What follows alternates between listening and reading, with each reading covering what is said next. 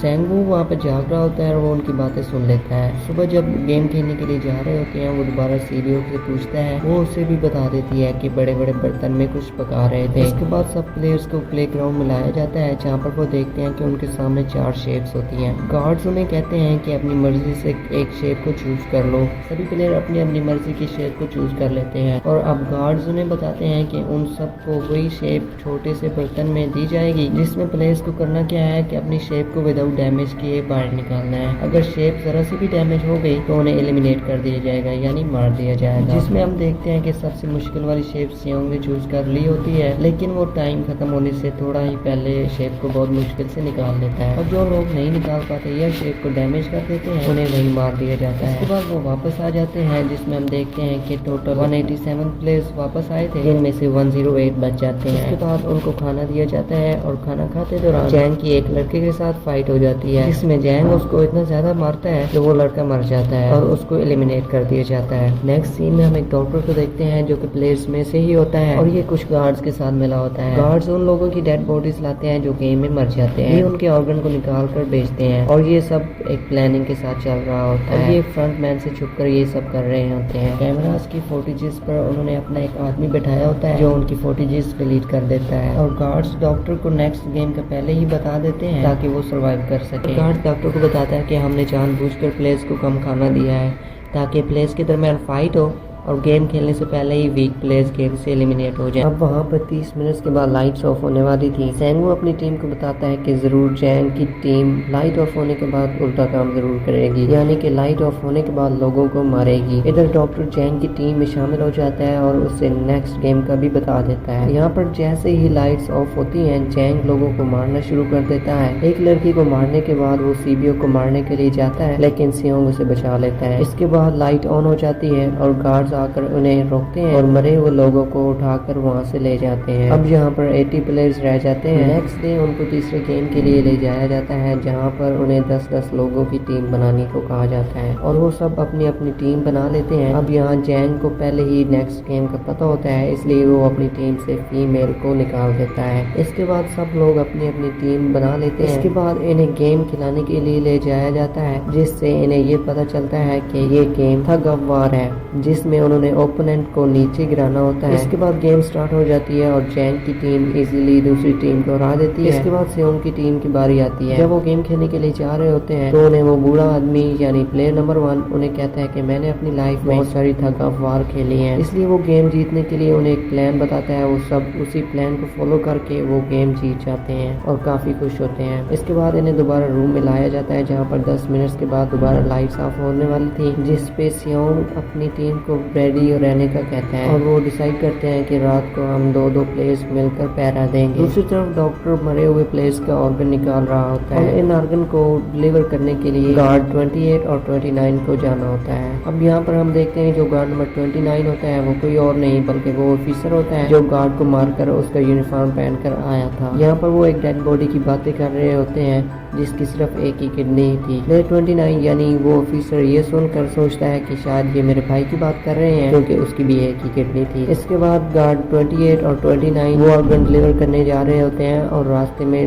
Guard 29 دیکھتا ہے کہ ٹنل میں تو بم لگا ہوا ہے، جس کے بارے میں 28 اسے بتاتا ہے کہ جب ہم باہر نکل جائیں گے تو اس کو بلاسٹ کر دیں گے۔ 29 اس سے اور بھی انفارمیشن لینے کی کوشش کرتا ہے جس سے گارڈ 28 کو اس پر شک ہو جاتا ہے اور گارڈ 28 اسے اس کا فیس دکھانے کو کہتا ہے اور گارڈ 29 یعنی وہ آفیسر اس سے دکھا بھی دیتا ہے اور ساتھ ہی 28 پر گن بھی تان دیتا ہے اور اس سے وہ ایک کڈنی والے آدمی کے بارے میں پوچھتا ہے، جس پر 28 اسے بتاتا ہے کہ وہ تو ایک لڑکی تھی اور تم لیڈر کے روم میں جا کر سارے انفارمیشن چیک بھی کر سکتے ہو۔ اس کے بعد وہ آفیسر 28 کو مار دیتا ہے۔ ادھر ڈاکٹر گارڈ سے اگلی گیم کے بارے میں پوچھتا ہے لیکن اس بار گارڈز کو بھی اگلی گیم کا نہیں پتا ہوتا جس کے بارے میں وہ ڈاکٹرز کو نہیں بتاتے۔ اس پر ڈاکٹر کو غصہ آ جاتا ہے اور ان کے درمیان فائٹ ہو جاتی ہے۔ ڈاکٹر وہاں پر ایک گارڈ کو مار کر وہاں سے بھاگ جاتا ہے۔ گارڈ اس کا پیچھا کرتے ہوئے وہ دونوں پلے گراؤنڈ میں آ جاتے ہیں۔ یہاں پر گارڈ ڈاکٹر کو مارنے ہی والا ہوتا ہے کہ فرنٹ مین آ جاتا ہے اور دونوں کو مار دیتا ہے اور اس جگہ بھی پہنچ جاتا ہے جہاں وہ یہ آرگن نکالتے تھے۔ دوسری طرف وہ آفیسر لیڈر کے روم تک پہنچ جاتا ہے۔ چیک کرتے کرتے اسے کچھ فائلز ملتی ہیں جن میں ریکارڈز ہوتے ہیں۔ وہ جب اسے دیکھتا ہے تو اس میں تمام ونرز کے نام ہوتے ہیں۔ ونرز میں اسے اس کے بھائی کا بھی نام ملتا ہے۔